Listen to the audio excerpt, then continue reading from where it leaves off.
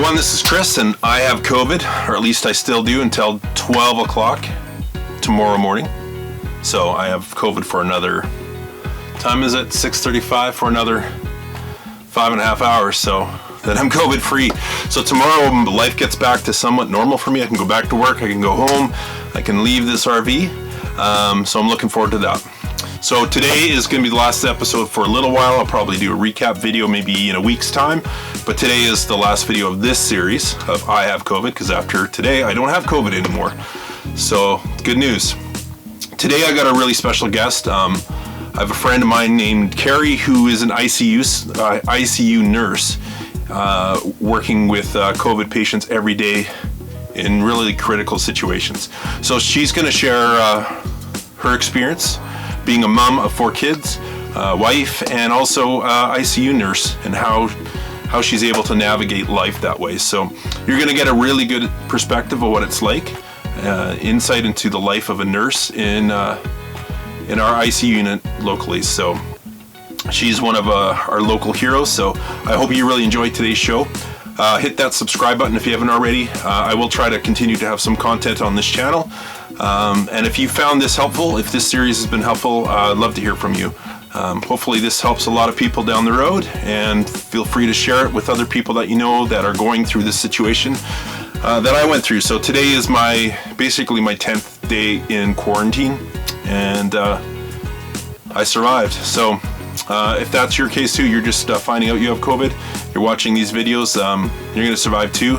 So hang in there, be positive, and hopefully you get something out of this video. So thanks for watching. I'm going to start it right now.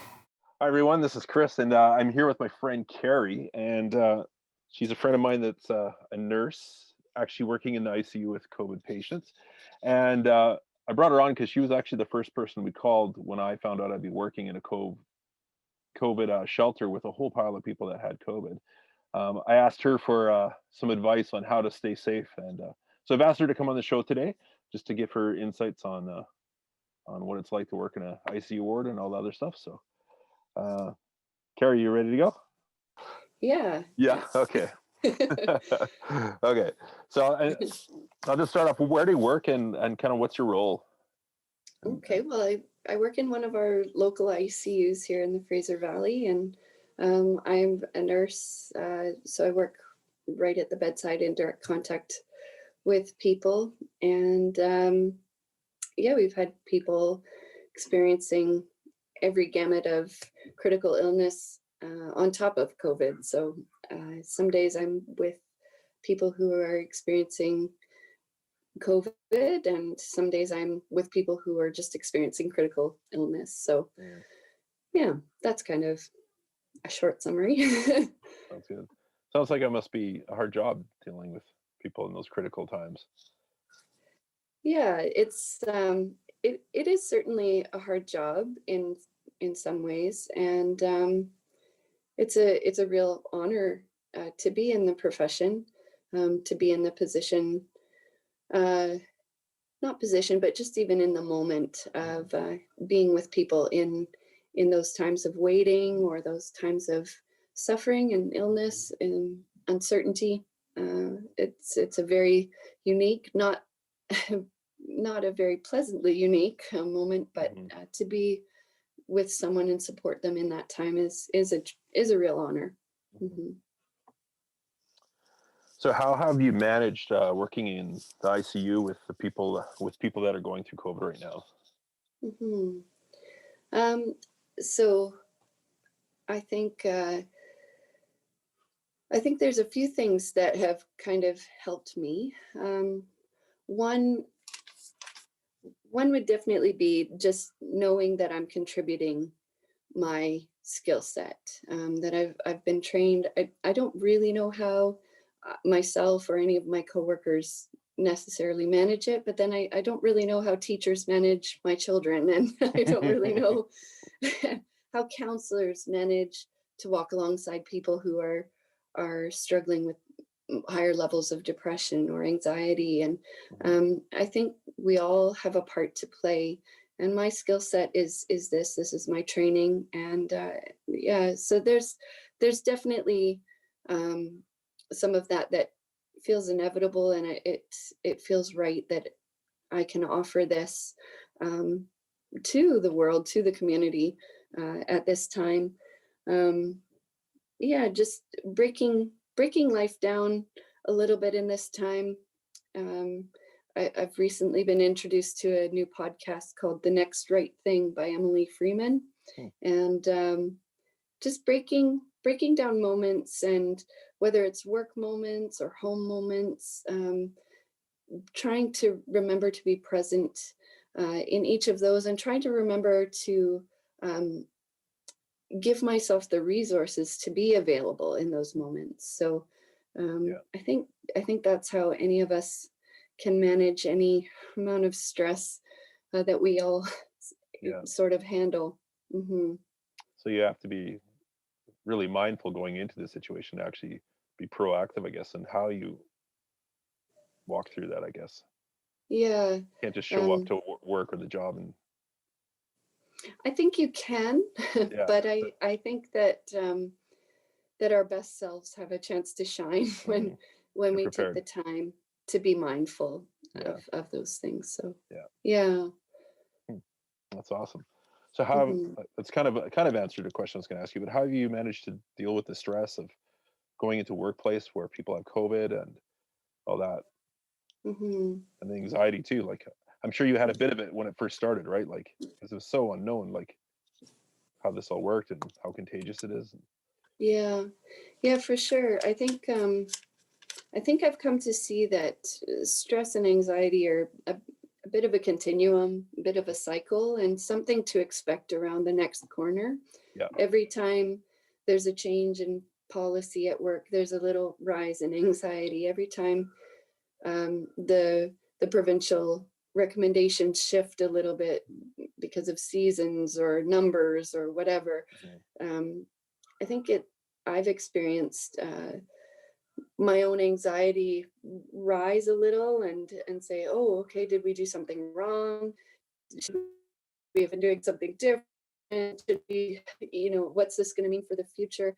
And to hold those spaces, let go what I can of doing things wrong, and remember that things are constantly evolving, which is not always comforting, but somewhat comforting too.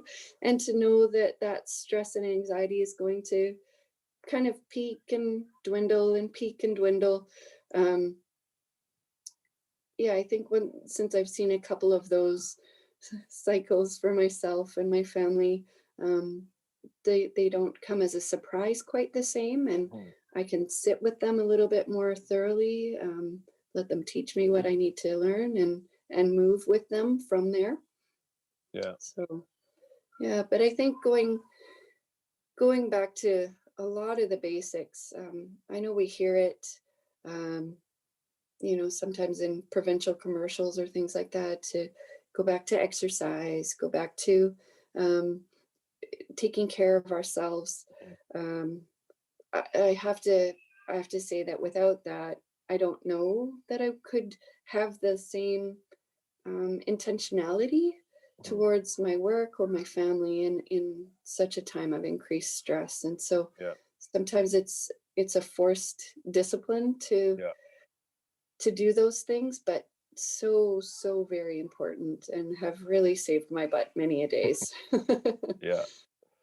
So about a month ago, I gave you a phone call, or Pippa did, for my wife. Pippa called you because we just had an outbreak in Chilliwack in the homeless community, and I was working at the isolation shelter, and you were a big help. You actually gave me some instruction on how to actually stay safe in the workplace when I was going to be surrounded with people. Unfortunately, I don't know if it worked too well because I still got it. I was one of 3 people that got it. But I still appreciate your help. I'm sure maybe it was prolonged before I would have got it. So right. But how about you? Like, how did that work when this first happened? Did you struggle with coming home not knowing if you're going to bring back home COVID to your family or to your community? How did you deal with that?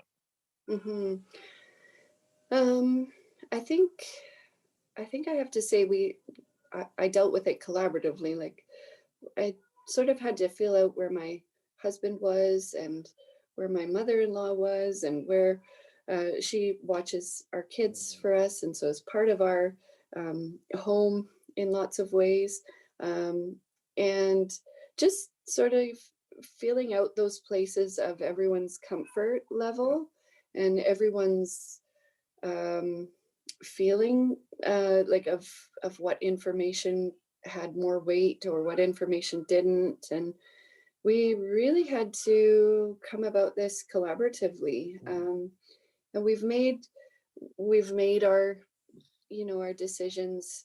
And I sort of see our decisions as being seasonal. We had our decision for the time when it was a brand new outbreak and we didn't know very much about it.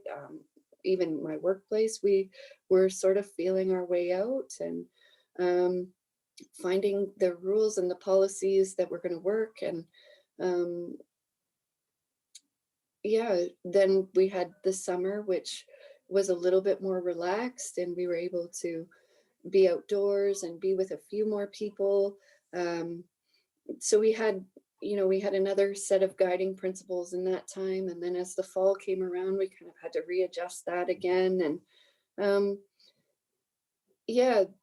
I think that's where I've seen like those ebbs and flows of anxiousness that I've talked about, like just in sort of setting those new guiding principles and, those, I imagine they're going to adjust again.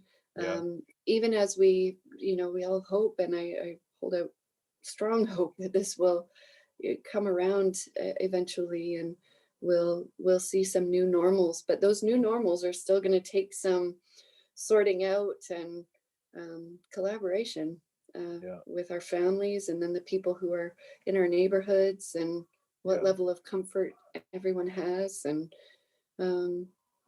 what resulting anxieties still exist, and how to be respectful of those. Maybe it's going to take a while. I say respectfully challenge. It really is. I think one of the challenges I've clear process in any way or form. Sorry. One of the challenges I've been finding is that the information keeps changing. I don't know if you found that, but it seems like it's different every week, or it's different from one country to the next, right? And it's hard to make one source decisions. So I don't know if in your field, I guess you get kind of guiding principles from your workplace that you have to kind of follow, though. So. Well, there's definitely those. I think I've, in part of being mindful, I've spent a lot of time thinking about like what my real overarching view of the coronavirus is. And I would only share it personally. This is not a professional statement. There would be lots of people who don't necessarily agree with me. But it seems like this is a virus. It's part of our universe now, and it's going to take a lot of balance. And so while the information that comes to us is shifting and changing and adjusting, I kind of like to term that evolving, because, while there are conflicting information sources and views and things like that, there is a lot of information that is evolving.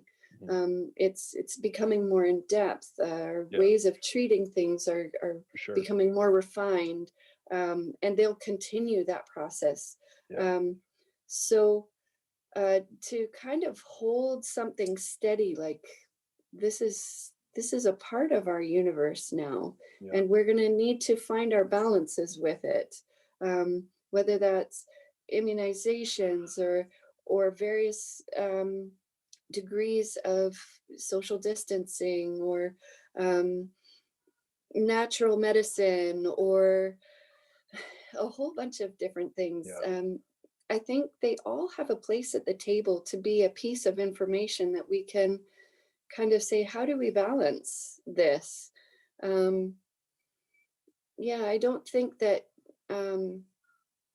people who are for or against something are not believing in COVID necessarily. I think that there's an opinion, and there's maybe a warning or a caution or a piece of information and a truth that belongs at the table with us. And we do ourselves and our society a great disservice by throwing judgment into the world, and believing that our opinion, even if it's medical and scientifically proven, is superior.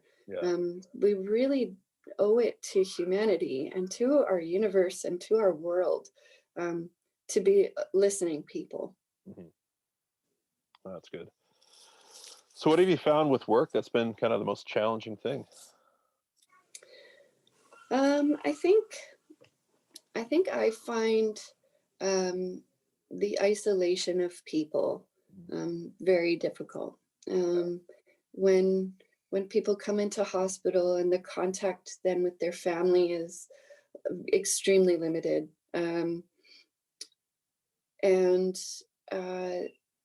Just those places of how do we bring families into people's care and into the critical care experience, and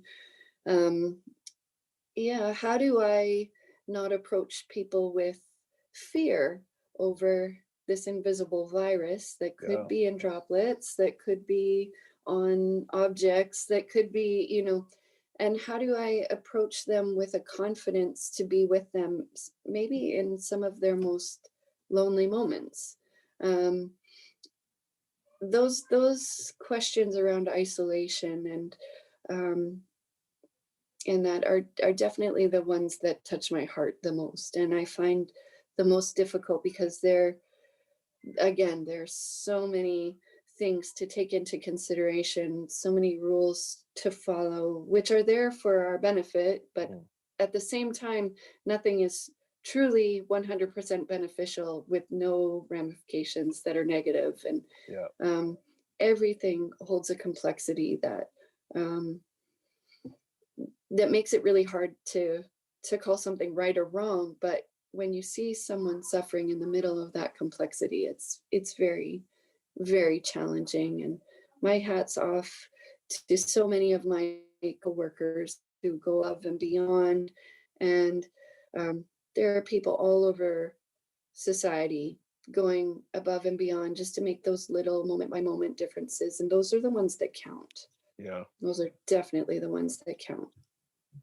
Yeah, when you said that, it kind of made me think about it. Like we're kind of taught to like keep 2 meters apart from everyone and all that kind of, and you guys are actually having to go into that and where most people are almost seeing people as a potential threat. You're seeing them as a person to help. So you're going in kind of doing the opposite we've been told to give that care and seeing people totally in a different light than I think, because I think that's happened with people now. We're almost scared to go near people now because they're a potential threat to us. Yeah. And as much as I would like support the measures of social distancing so that our resources are available to the people who really need them when they need them, I also see that if our perspective shifts that little bit and we don't catch it, how wounding to a society, how undermining to a society that threat opinion can become. Well, can you imagine if you were isolating maybe for the last days of your life and that's how you're being treated by people, that you're a virus or you're a potential threat to their health, rather than actually caring and being compassionate. So it's an amazing job that you guys do there. So what are some of the most rewarding parts of your job that you get to take part in? Well, I think for me, it's I love to work in a team, and so working in a team where I see people pulling together, where I see people coming up with creative solutions, even when it's a shelving unit or a new a separate break room for people who are exposed to the coronavirus or things like that, and just the immense amount of creativity and problem solving and taking into account all these rules, but then making decisions that enable families to be with their loved ones, Yeah. and go the extra mile of starting Zoom conversations so that they could see their loved ones, or they could speak directly with a doctor, or things like that.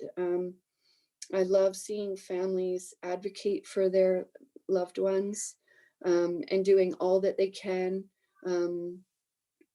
This might not be a widely shared view, but I love the hounding phone calls, because people are so isolated that, and the intensive care unit is a very busy unit. And so sometimes it takes multiple calls. And when people don't give up on their loved ones, and have, the wherewithal to keep calling and to keep advocating, those are really precious moments, because it speaks to something very human and very oh, I've lost my word.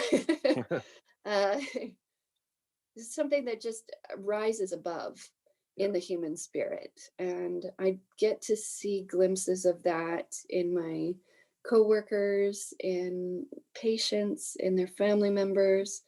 And then I get to carry a bit of that home, and maybe it comes out in my neighborhood and with my family. And Yeah. You mentioned something there about adapting, and that's something I've seen too, that we've been forced to adapt, and adapt quickly, and be ready for change. I think that's been an interesting thing for all of us. At least I know my workplace too, especially through the outbreak we had to adapt really quickly. Every day was different. We had to just make decisions on the fly that were best. Kind of like what you sometimes be really rigid until they're forced to adapt. And maybe that's been a good thing for us. We can do things better if we think through it. We don't have to do it the same way. Yeah, I think also as like a culture, as an overall culture, I would say this might be one of the most challenging issues that our generation has dealt with. In Canada anyways, there hasn't been necessarily a war, and I hesitate to say this, but maybe for the majority of middle class, there hasn't been like very difficult circumstances, and this has been a chance to rise above, and to rise in it. Maybe not above it, but in it. And maybe we can look at that strength in ourselves, and be surprised and grateful for it showing up, and know that we could carry it with us into something else. And maybe that strength is something that our generation and our society actually needs. I caught you mid-food. I don't know why I gave myself a job over this break. It's so busy. It takes about 8 hours to get one of these shows out. So. Oh wow! Who knows? An adapted skill. Yeah, I'm learning stuff. Well, yeah, it's good. All right, I'll wrap it up with one question here, basically. So, so Carrie, what would you tell people or viewers that are struggling with the anxiety of COVID right now?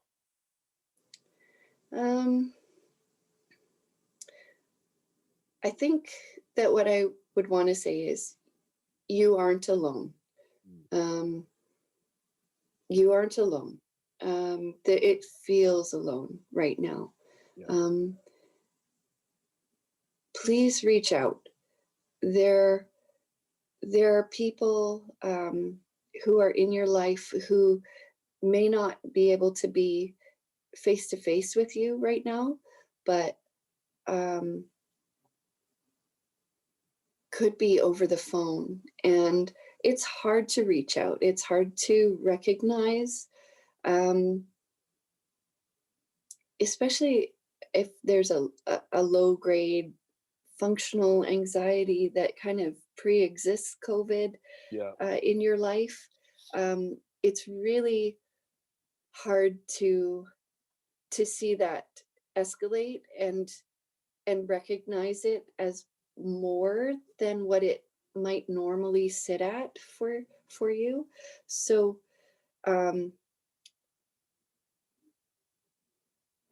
sometimes we need even the people around us to help illuminate that for us. And so please reach out.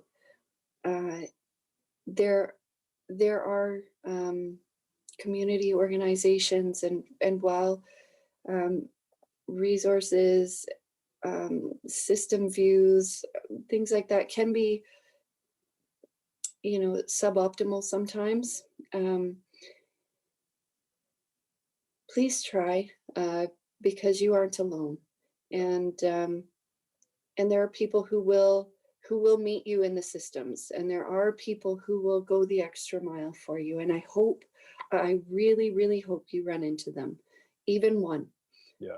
It will make the world of difference. This is a tough spot, and we need each other. The last thing is to see each other as a threat. We need to be smart. We need to be savvy with the choices that we make each day, assessing what risk we're at or we're putting others at. It's a very complex decision every day, and that's hard work. And you might need people supporting you in that.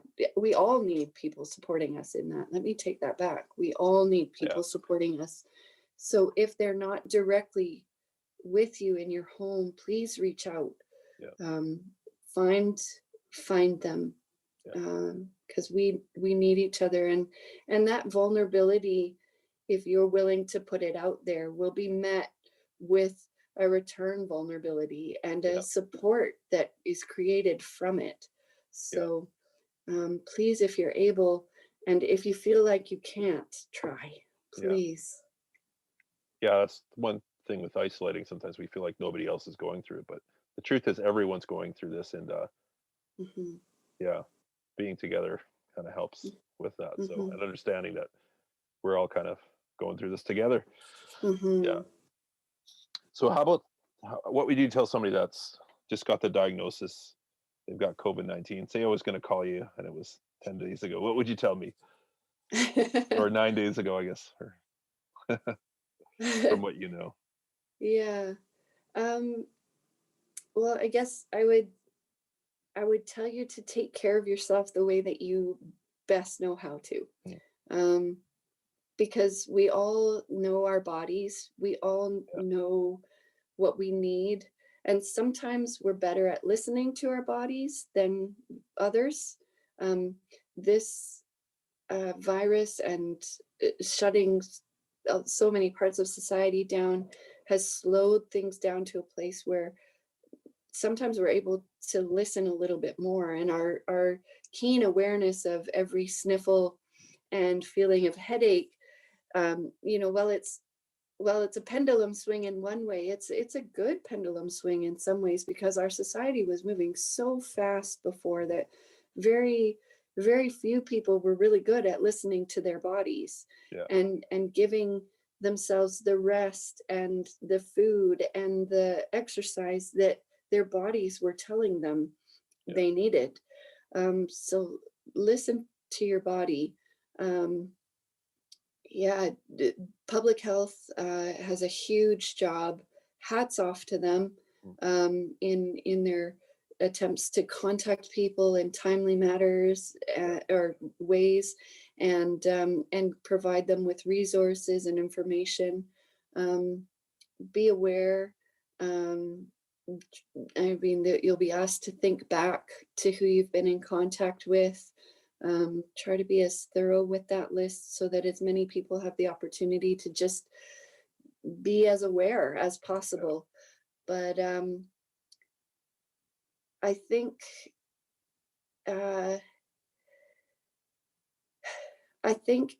if I could also say, do everything you can for yourself to not be afraid, to approach things with as much rootedness in the moment of, okay, I don't know what's going to happen tomorrow, but right now I am what I am. Yeah. I'm not going to put myself into tomorrow's place because I don't know what I'm going to be tomorrow, and that's not going to help me. Yeah. I'm not going to put all of the what ifs on my own plate and my own shoulders to answer today, because I can't. Yeah. I'm just going to be present right here with what I know and make the best decision that I can.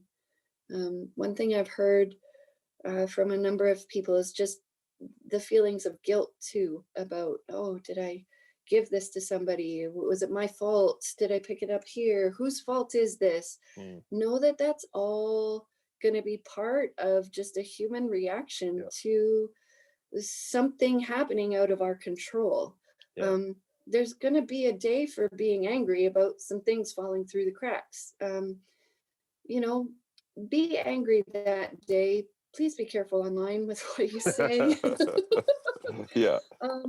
But hold that, because it might be the voice that helps us be problem solvers later on.